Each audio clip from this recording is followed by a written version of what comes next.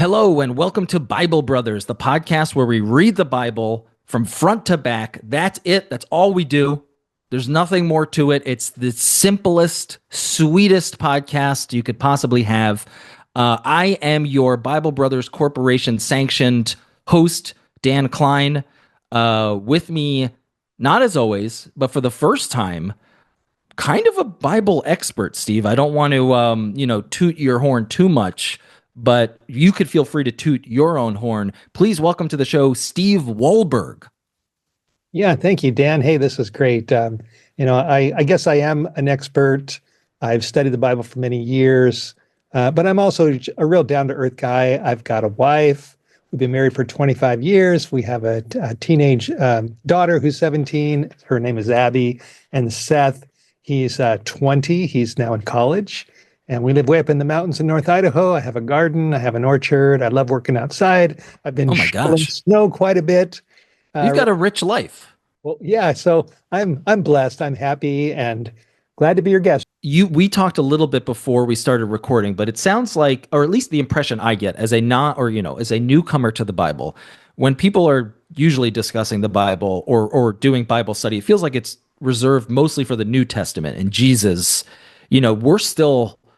We're still stuck in the muck of the Old Testament. This is a very different God that we're dealing with. This guy, and also in 2 Kings, he just burnt up a few people. I think 100 guys, he, burnt them up with some fire because he was a little upset. So, generally speaking, what do you think of the differences, the Old Testament, New Testament, and when you look at the Old Testament, you're not getting the Jesus stuff of, let's say, be a better person or turn the other cheek. What are you getting from the Old Testament? Yeah, that's a classic good question that people struggle with a lot. Yeah. And after 45 years of studying my Bible, I've concluded that they really do mesh when you look deeper. When Jesus was here, he was quoting the Old Testament left and right. He didn't quote the Old Testament as if this was kind of a primitive view of God. He quoted it as an authority. And there are instances in the New Testament, in the book of Revelation. There's fire in the book of Revelation. There's judgment. No spoilers. Yeah, there's judgments in the so there's a lot of. There is justice in the New Testament, and there's also a lot of love and mercy and kindness and tenderness in the Old Testament that people don't see. Now, those situations like with the bears, mauling those boys, when you really look at the context, what's going on, I believe that God's mercy is being expressed over and over again, even in situations like this. Now, it doesn't actually say that the bears killed these boys. I don't know if they did, but they gave them a whipping. And what they got them good. Doing, Elisha was God's successor to Elijah. Elijah was taken to heaven. Elisha was the successor. He was the voice of God and authority within the community of Israel. And so here you have these young men that are just mocking him. Go up, you bald head, go to Baldy. heaven. The master went up, you go up. And so here you have these irreverent, kids that are just they're kind of saying you should be dead. Is that almost they're like so what dead? God did was he roughed them up, and he made a point to Israel that you just don't show disrespect for a man of God and get away with it. And because if he would have just done nothing and allowed these things to go, then all the moral principles, would have just disintegrated. So there are times in the Bible where God decides it's time for some discipline, whooping. Yeah, and he's doing it for a reason. It's like when my son was a little boy, he was 3 years old, and sometimes he would throw himself on the ground. And he would start throwing a little temper tantrum. Of course. And I knew that I need to nip this at the bud. So I had a little stick. I was careful, and nobody's sent me to child protection services or complained. Yeah. But I would whack him. I would whack him. I whacked him. And so he learned quickly. not, Sure. not to do that. And one time, sometime later, he did something bad, and he came in Interesting. and he laid down right in front of me, and he said, "Daddy," he said, "I think I need the rod. I need the rod Wow. on my bottom because How does he he feel was about the rod wrong." now? And so, so now, I mean, it's been now he's 20 years old, and with neither my son or my daughter, we've never had any significant disciplinary issues with our kids. And the Mm, reason is because we nipped them at the bud when they were little. And so, mm. there's wisdom in discipline. Now take a look at like the flood. God sent the rain and he drowned the whole world, but he didn't do that overnight. He gave them 120 years. Noah built the boat and God pleaded with Got them some time. when the water's going to come, and the animals came, which was an open testimony that Noah was on the right track. And he said, "Now here's an open door. Come in to the boat before you drown." And they Right. said, they laughed, they mocked, probably like those. Basically another Baldy situation. Yep. So yeah, that's right. So finally the door closed and then the water came down. So God's discipline in the Old Testament is measured and in the context of mercy. And so I believe that when you really look at the God of the Old Testament and the God of the New Testament, they are not dissimilar. And they may be Mm, on the surface right. look that way, but when you dig deeper and look at the context, you'll see that the God of the Old Testament is the God of the New Testament, who actually became a human in the New Testament. It's the same God. He became a Interesting. human to show his love and to reach us. That's good. That's Now, I what it's have to about. tell you, I'm taking a slightly different tact with my 6-year-old son. There's no rods here. Okay. We're Southern California family. So, it's not a rod town. Yeah, I know. I grew up there, so I know. So, yes, but I'd be curious with the discipline of it all. Is there any time where it's like, but if we're all doing it exactly this way, we're missing something, or there's some, because sometimes even in the Old Testament, there's guys that stray and they get away with it.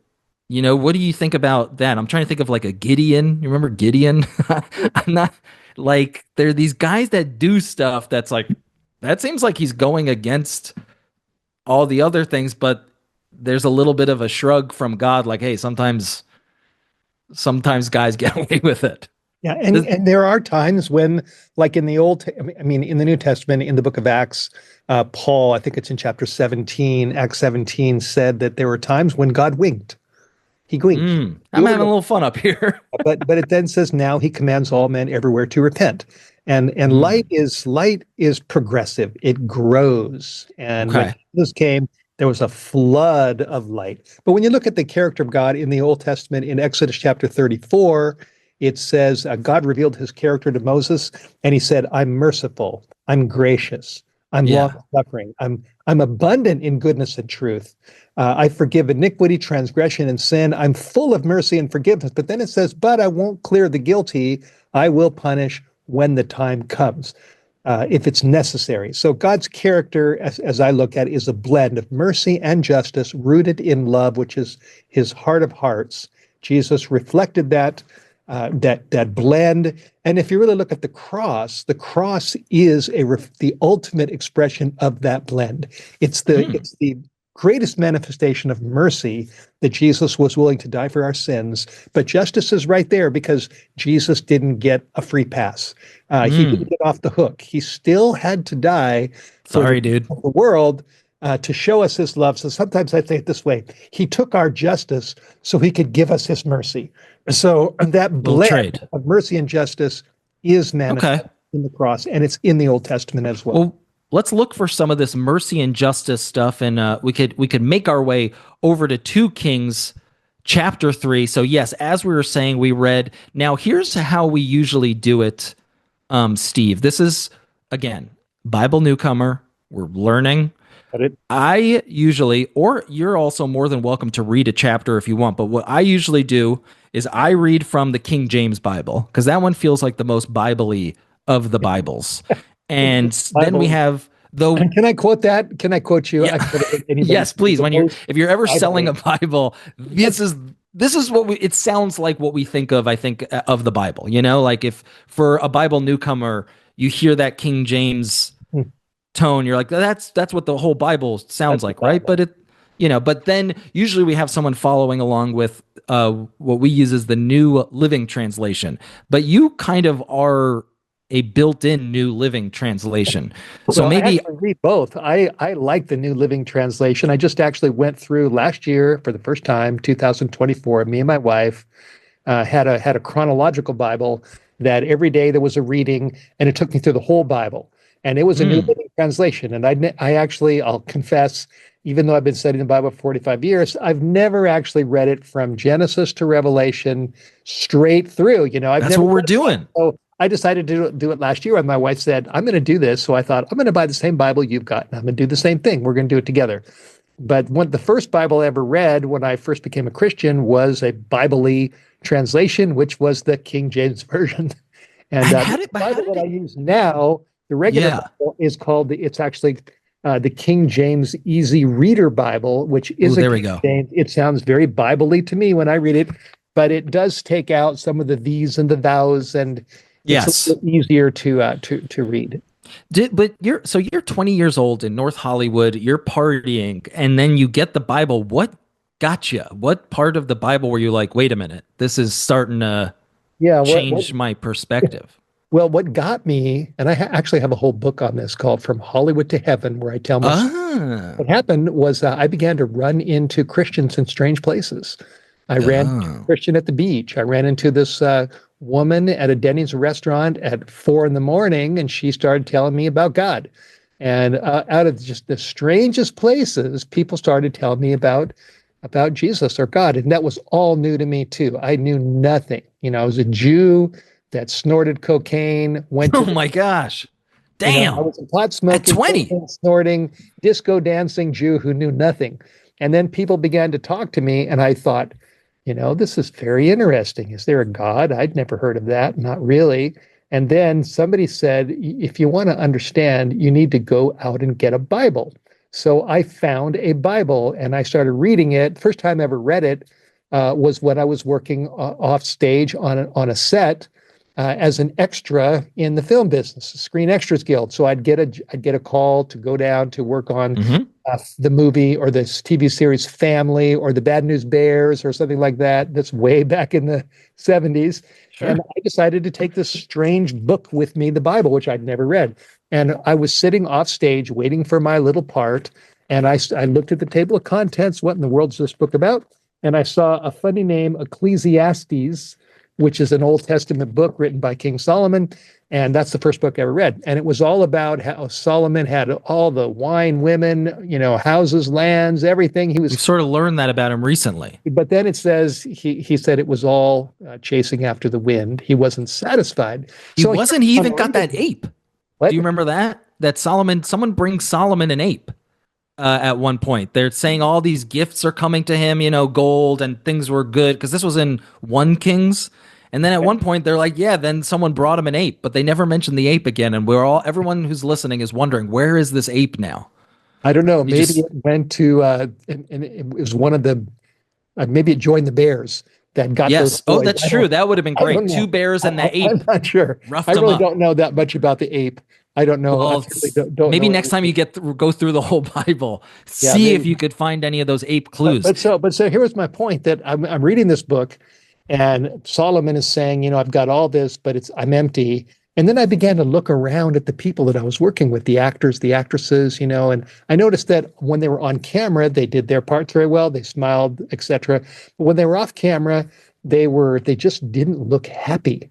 They looked full of Boy, you're describing Hollywood, baby. that's it. So then I thought to myself, this is what I thought. I thought maybe this is not, the end game. This is maybe not what life is all about. So I just kept reading, and I haven't put the book down since then. Wow. And did you and your wife enjoy doing the chronological Bible Oh yeah, last I year? loved it. I just got so much out of it. With the New Living Translation, it was easier to read. It was more fluid. Certainly. And it gave me some insights. Now, I think when it comes to doctrinal issues, I'm pretty strict. I believe the King James Easy Reader is more accurate than the New Living Translation in some areas. Okay. So I always filter, but I still learned a lot from reading that more fluid translation.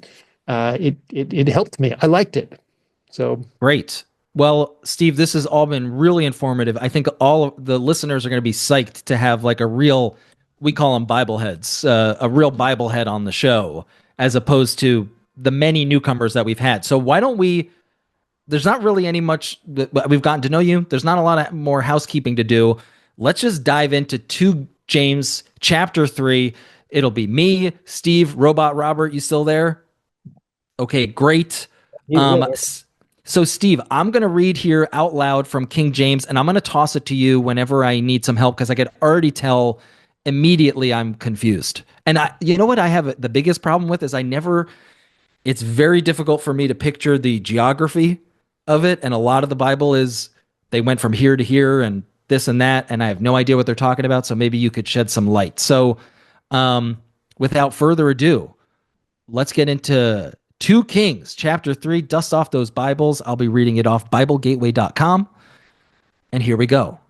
Now, Jehoram, am I saying that right, Steve? close enough.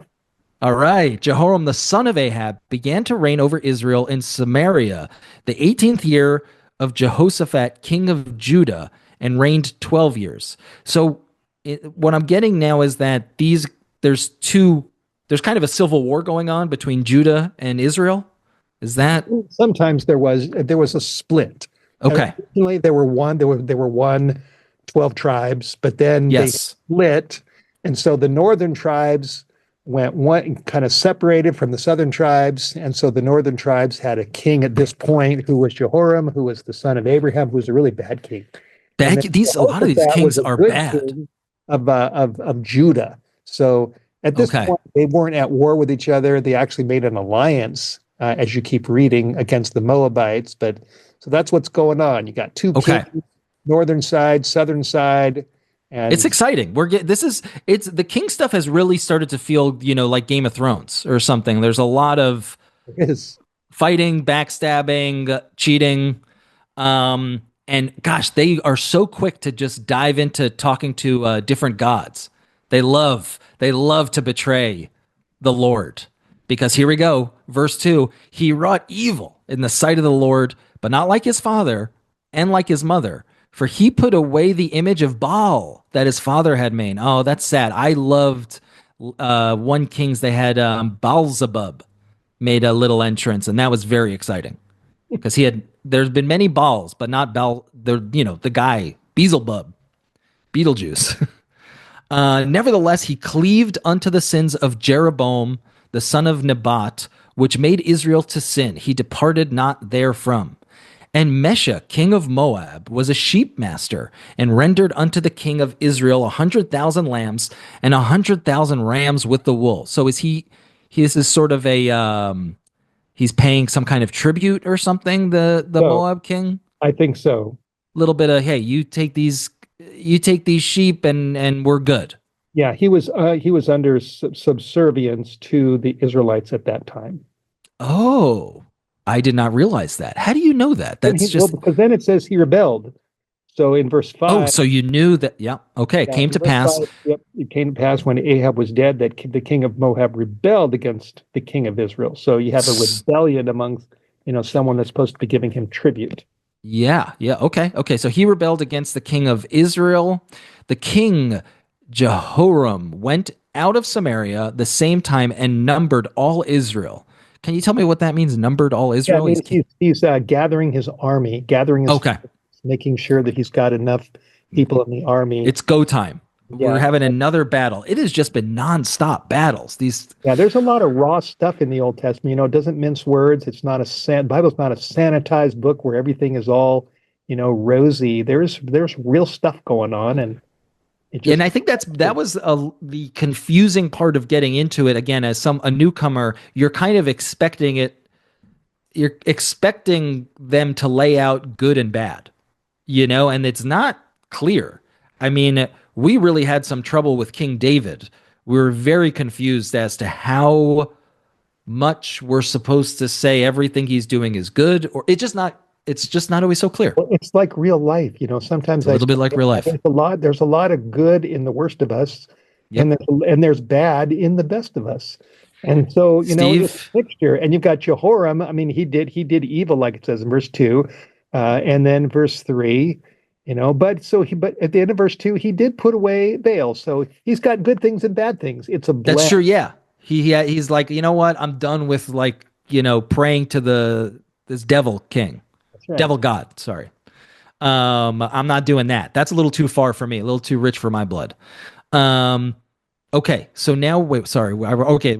We're at verse 7. Verse And 7. he went and sent to Jehoshaphat, the king of Judah, saying, the king of Moab hath rebelled against me. Wilt thou go with me against Moab in battle? Wow. So he's like, hey, look, I know we're not on the best of terms, but we should combine forces and take this little guy out. Exactly. And he said, yes. He You didn't have got to it. offer him anything. He's just like, come Got on, it. I need some help. Yep. I will go up. I am as thou art, my people as thy people, and my horses as thy horses. That was easy. He didn't even have to like, you would think he might play like a little hardball there, what's in it for me? But I Yeah, guess they're just Jehoshaphat was a good buds. king. He's a good Most of king. what the Bible says, so people say, good King Jehoshaphat, Oh, he's a bad good dude. King He's a good Ahab. guy. So, good King Hezekiah. So, a lot of the good kings were in the south. Most of the bad kings were in the north, but there's a blend. Mm. Okay, you never know. And so at this point though, hey, they're two different. It's Judah and Israel. Why aren't they just one at that point? Well, you have to go back to a whole other story about how they were divided after Solomon. Uh, he the I kingdom kind of transferred to remember. his son, Rehoboam, and Rehoboam gathered his counselors together and said, how do we treat the northern tribes? Should we be nice to Right. them or good to them? And Yes, I remember that. the older Yes, he one was said, asking for yeah, advice. yeah, and the older one said, be good to them and they'll be good to you. And the younger one said, no, that's not what we Why? do. Yeah. You need to Who put your cares? screws on them. And so unfortunately, he decided to listen to the younger men instead of the older men. And when the northern tribes saw what he was doing, they said, we're out of here. And so that's where the split came. And so Hmm. Samaria became the headquarters of the northern tribes, and Jerusalem was the headquarters of the southern tribes. So that's how the split took place. Steve, this is so much different than any other episode that we've done because you're able to make things clear, whereas usually we just move forward because we don't understand what's happening. So this is really helpful stuff. All right, so we're going up against the Moabites. I think the Israelites and the Jews, I guess, they're gonna maybe whoop these guys, but let's see what happens. Um, Verse 8, and he said, which way shall we go up? And he answered, the way through the wilderness of Edom. Uh-oh, hope there's no bears. So the king of Israel went, and the king of Judah, and the king of Edom. Oh, that's a whole other Right. place. Another ally. Another ally, and they're like, weird, man, they're really upset about these Moabites. And they fetched a compass of 7 days' journey. Do you know what that is? A compass of 7 days' journey?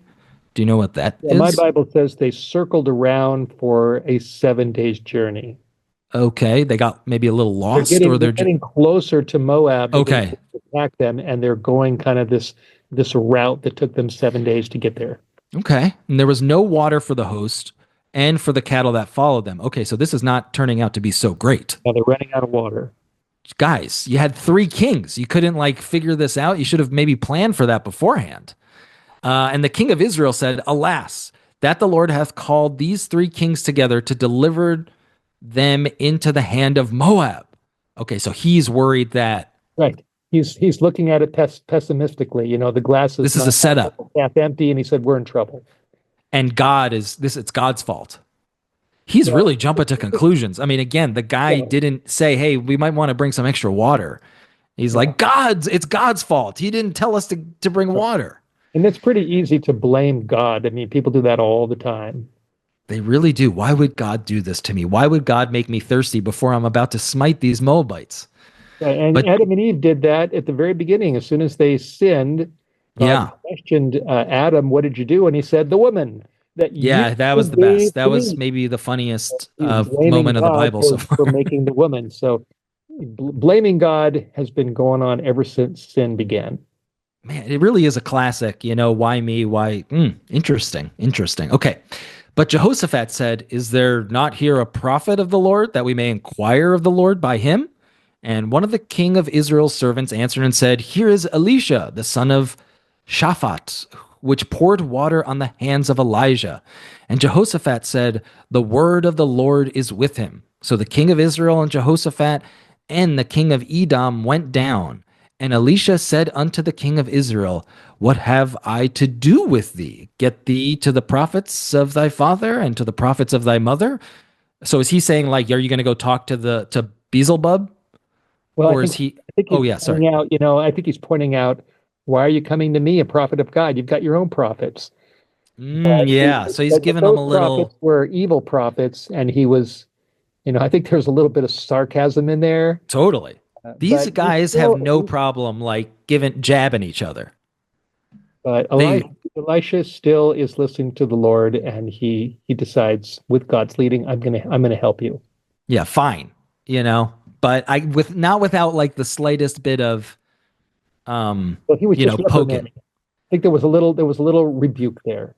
That And I could relate to that as someone who has a Jewish mom. So maybe you, Steve, can relate to that. That, I have a Jewish mom, mom too. she'll help me out, but not without a little bit of a Yeah, just a hey, little Vic, rebuke. son, you need to shape up. Thanks, mom. Appreciate it. My And the mom, when king of she raised her voice, she'd call me Stephen. Whenever she said Stephen and not Steve, I knew you knew I'm the in trouble. reprimand. And she'll help you, but she's going to make you feel a little bit guilty.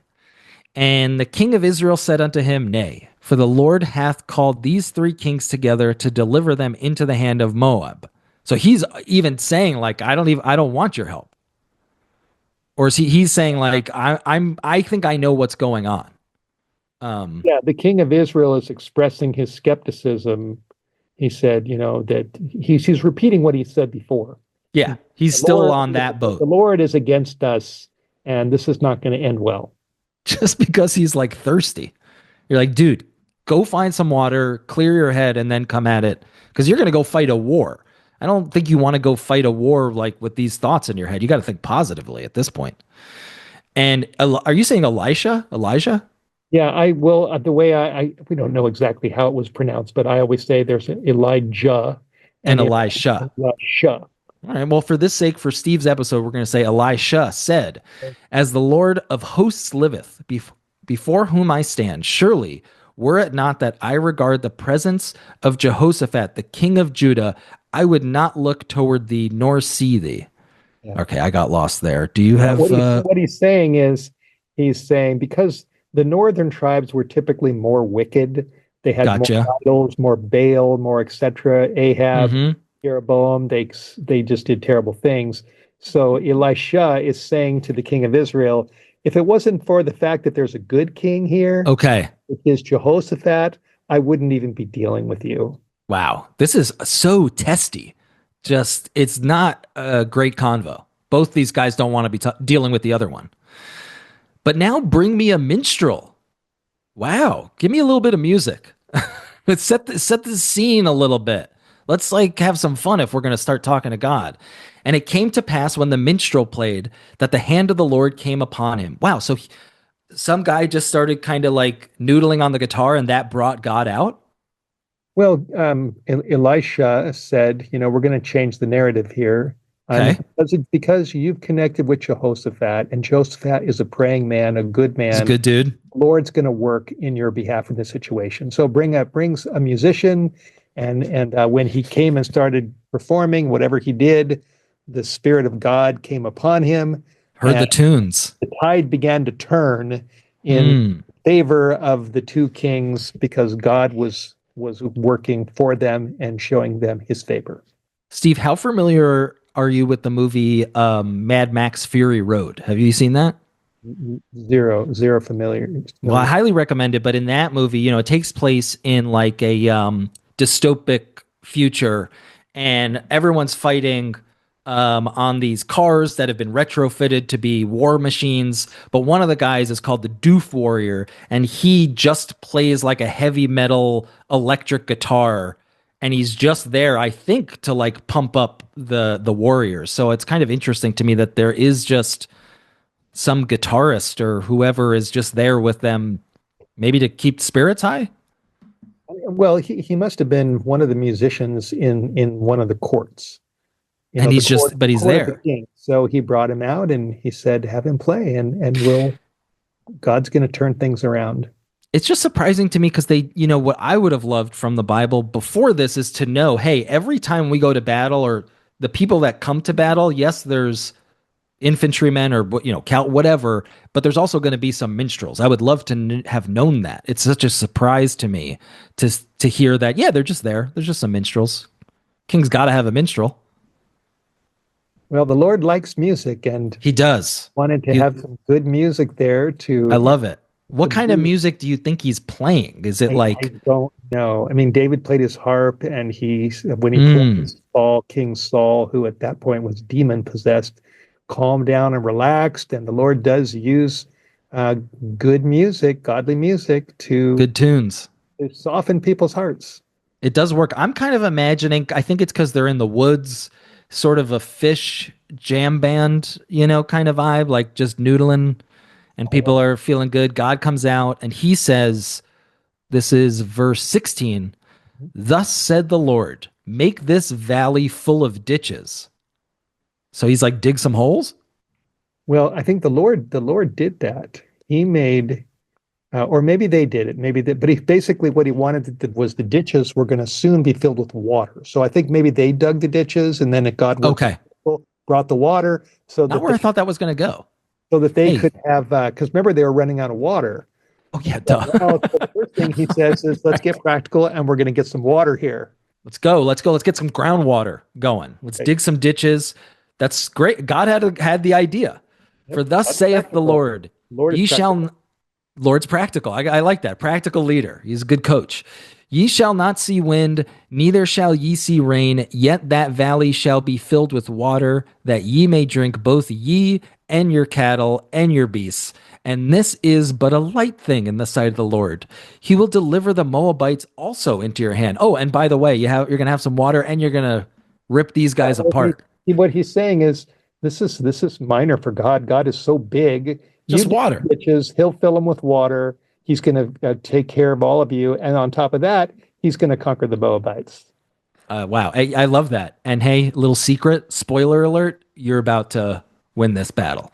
Right. And ye shall smite every fenced city and every choice city, and shall fell every good tree, and stop all wells of water, and mar every good piece of land with stones.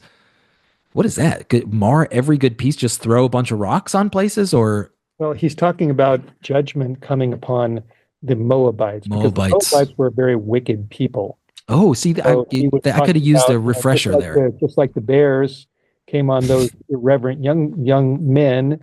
Yeah. So there's going to be a disciplinary action to come Mm. against the Moabites because of their wickedness. What is happening with those bears now, too? Like they're just back in the woods. I would have loved for them to be a part of the battle. That would have made it Game of Thronesy. It's like now we have these bear warriors or something, armored bears. But for another Bible. And it came to pass in the morning when the meat offering was offered, classic, that behold, there came water by the way of Edom, and the country was filled with water. Boom. God, a man of his word. And Right. when all the Moabites heard that the kings were come up to fight against them, also freshly hydrated, these guys are feeling really good. They gathered all that were able to put on armor and upward and stood in the border. And they rose up early in the morning, and the sun shone upon the water, and the Moabites saw the water on the other side as red as blood. Ooh, spooky. Yeah, they're kind And of, I think God probably did something to their vision. So he's putting on a show. they saw what wasn't there. There was just water, there was no blood, but they saw the blood on the other side and they interpreted this as a good sign. They've all killed each other. Oh, I thought, okay, so I was reading it as they're like seeing these pools of blood. They're almost like seeing the future of like, oh God, we're about to get destroyed here. Well, all of our blood's going to spill. But they're just like, oh, those guys, it seems like they're Oh. dead. Yeah, because when you read verse 23, Yes. And they said, this is blood. The kings are surely slain. Oh, Moabites, you guys are in trouble. And they have smitten one another. Now, therefore, Moab, to the spoil. Oh, they think they're just gonna walk through this, get some good old spoils. And when they came to the camp of Israel, the Israelites rose up and smote the Moabites, so that they fled before them. But they went forward, smiting the Moabites, even in their country. And they beat down the cities, and on every good piece of land cast every man his stone and filled it. And they stopped all the wells of water and felled all the good trees. That always makes me sad. They're just chopping down trees. I mean, I guess they need the lumber, but only in Kir Haraseth left they the stones thereof. That's interesting. They were like, let's leave these rocks alone. You don't want to mess with the rocks in Kir Haraseth. Howbeit the slingers went about it and smote it. Do you have any insight into that verse? It seemed like a lot was going on there. It was, like I said, just like it was before, we read that they were supposed to do something like this in verse 19. This is an execution of judgment against the Moabites. Wham, bam. And so, yeah, so. But what's with these stones in Kir Haraseth? Well, I don't know. Okay, nice. We stumped Steve. Oh, yeah, there's lots of things I don't know, man. I'm not. Okay. And I'm if I don't know. The Bible expert. If I don't know, I'll say, I don't know. I'm not the Pope. I'm not the Pope. Right? And when the king of... I'm a North Idaho resident. Just a guy. Just a guy. And when the king of Moab saw that the battle was too sore for him, he took with him 700 men that drew swords to break through even unto the king of Edom, but they could not. Wow. And then he took his eldest son that should have reigned in his stead and offered him for a burnt offering upon the wall. Wow. So he's going to sacrifice his son in hopes of... And that shows you some of the wickedness of these. That's why God, some people would look at this and say, here's another example of God being harsh and mean and cruel. But then, when we understand more of the context, here you have the king of Moab, and he's losing the battle. So he said, I know what I'll do. I'll take my son and sacrifice him. That'll do something, right? Maybe the gods will favor us because I'm doing that. So that just shows, brother, come on. It just shows the depravity of the king. And if the king's let that way, as the leaders, so is the people. Pathetic. So a lot of wicked things going on there. Cowardly move to sacrifice your son in hopes of, come on, man. And then he took his eldest son that reigned in his stead, and there was a great indignation against Israel, and they departed from him and returned to their own land.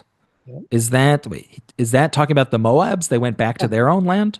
I think so. Well, so they're like, all right, forget it. We're out. Yeah, they it didn't work. Killing his son didn't help. It did not. They were mad at Israel, but they realized we don't have a chance, and they left.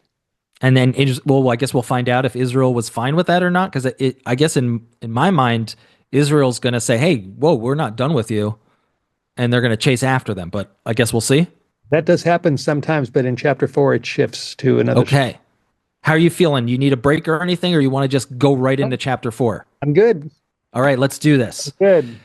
Guys, reopen those Bibles. I've got a 4:00 live meeting in about 2.5 hours. So okay. I think we're good for some more time, and then I got to go eat and then come back to the place and do a live program. Steve, you live your life. We're going to get through this chapter fast, okay? We're going to do this, and then we're going to say goodbye to all of the God Squad members out there. We're going to do 2 Kings, chapter 4, post-Moabite destruction, sort of. Now there cried a certain woman of the wives of the sons of the prophets of Elisha, saying, Thy servant my husband is dead, and thou knowest that thy servant did fear the Lord, and the creditor is come to take unto him my 2 sons to be bondmen. Okay, it lost me a little bit there, but she's saying... Yeah, you have a woman. Okay, certain woman. Connected to the prophets. And those were being trained by Elisha. Gotcha. So her husband died. They owed somebody money. Okay. They didn't have the money, and the creditor made some bad bets and said, if you can't pay up, I'm going to take your sons and sell them. Kids. Okay. So that's the problem that they're bringing to the prophet. I love this. And as a guy who lived in Hollywood, do you ever read these stories and are like, okay, well, this should be a show or a movie? Because a lot of them should be. Yeah, that's I mean, right. Sometimes they are. I mean, yeah, and then a lot of times, many times they are. But I mean, Elisha, this guy's had so many adventures already. And Elisha said unto her, "What shall I do for thee? Tell me, what hast thou in the house? What kind of stuff can we give him instead of the kids?" And she said, "Thine handmaid hath not anything in the house save a pot of oil." Then he said, "Go, borrow thee vessels abroad of all thy neighbors, even empty vessels, borrowed not a few. He's like, let's get some pots in here. And when thou art come in, thou shalt shut the door upon thee and upon thy sons, and shalt pour out into all those vessels, and thou shalt set aside that which is full." So let's get some pots in here, and we're gonna pour out the stuff.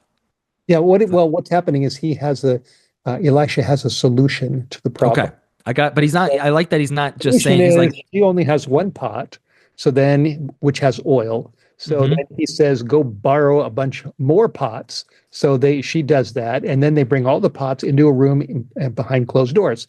And then Elijah said, "Take the one pot with oil and start pouring it into the borrowed pots, and we're going to fill okay, it all up because the Lord okay. can do a miracle." Oh, this is kind of like Hanukkah style. Yeah, it's They did just have an oil one too. They love the story of stretching oil out further than they thought it would go. like Jesus blessing 5 loaves and 2 fish and saying, "Feed 5,000 people," and they did. They did. So here, let's do it again. Right. So, and that's an old Hollywood thing too. It, if it works, just do it again. Reboot it. So she went from him and shut the door upon her and upon her sons who brought the vessels to her, and she poured out. And it came to pass when the vessels were full that she said unto her son, "Bring me yet a vessel." And he said unto her, "There is not a vessel more." And the oil stayed. Then she came and told the man of God, and he said, "Go, sell the oil and pay thy debt, and live thou and thy children of the rest." So it made more oil. She's going to sell it, get the money, That's right. and that's That's the plan. he did it. Yeah. And And it fell on a day that Elisha passed to Shunem, where was a great woman. What does that mean, a great woman? Like she's yeah, big, someone or that's very, very respected. So this is okay, okay. so here's a new scene. It's like Not how I was picturing. A scene change. giant. Time to Hoping for a giant, but that's okay. And she constrained him to eat bread. And so it was that as oft as he passed by, he turned in thither to eat bread.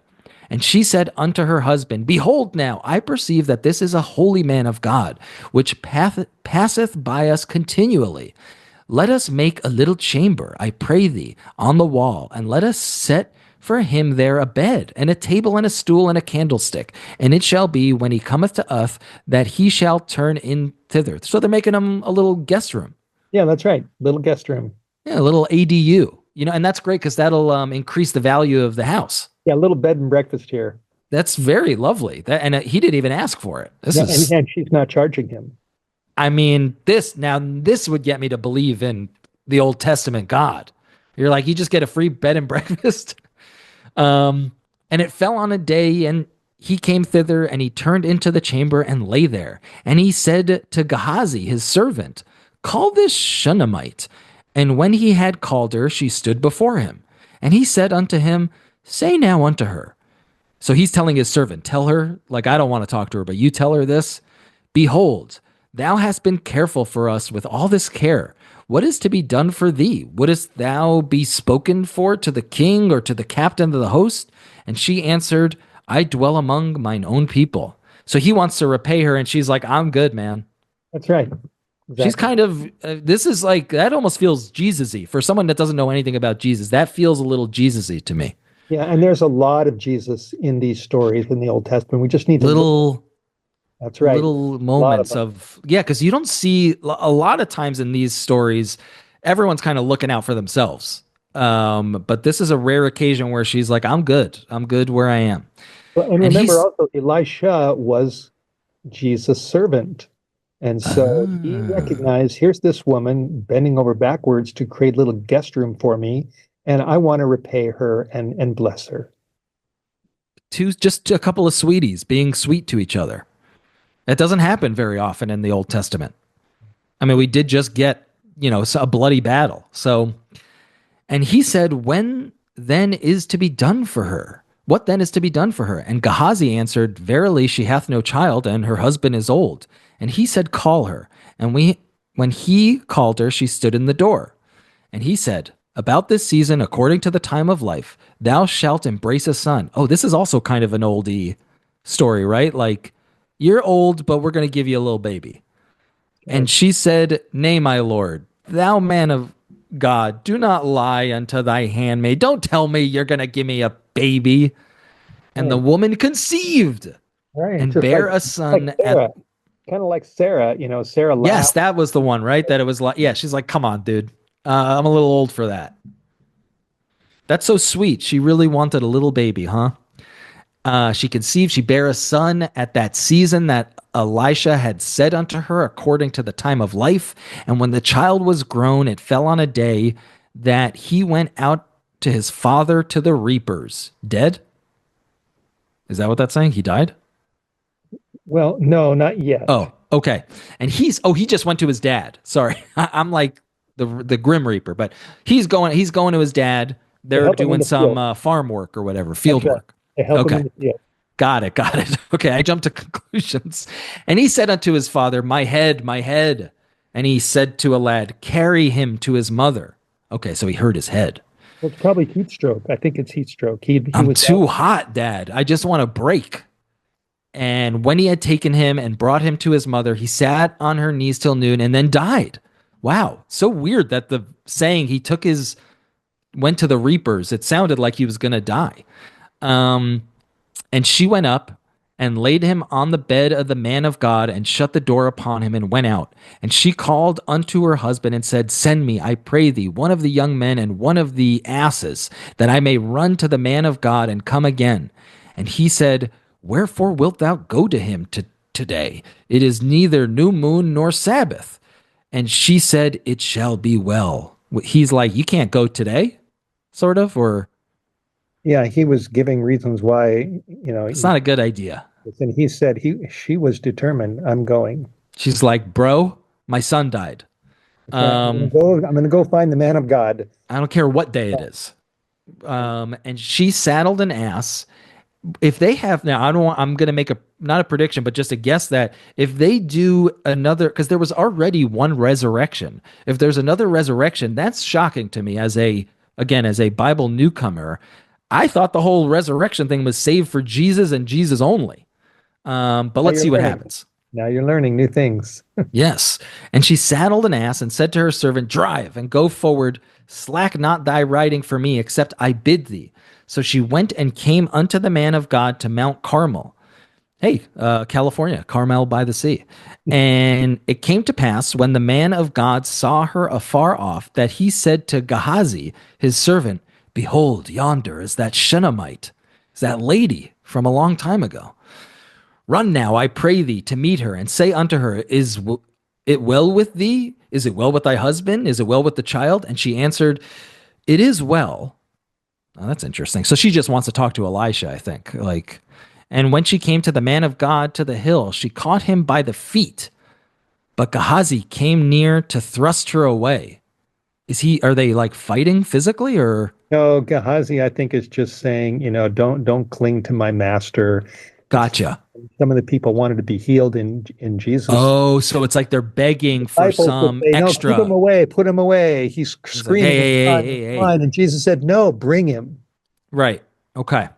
And the man of God said, let her alone, for her soul is vexed within her. And the Lord hath hid it from me, and hath not told me. Then she said, did I desire a son of my Lord? Did I not say, do not deceive me? Then he said to Gehazi, gird up thy loins, and take my staff in thine hand, and go thy way. If thou meet any man, salute him not. And if any salute thee, answer him not again, and lay my staff upon the face of the child. All right, Steve, you're going to have to clarify what is going on exactly. He's like, get dressed. Yeah, take a stick. He's sending a servant. He's saying, don't delay. Go with her and put my staff on the dead child, and he'll be healed. Okay, we're going to heal this guy. All right, here we go. And the mother of the child said, As the Lord liveth, and as thy soul liveth, I will not leave thee. And he arose and followed her. And Gehazi passed on before them, and laid the staff upon the face of the child, and there was neither voice nor hearing. Wherefore he went again to meet him, and told him, saying, The child is not awake. It didn't work. I failed. And when Elisha came into the house, behold, the child was dead, and laid upon his bed. He went in therefore and shut the door upon them twain.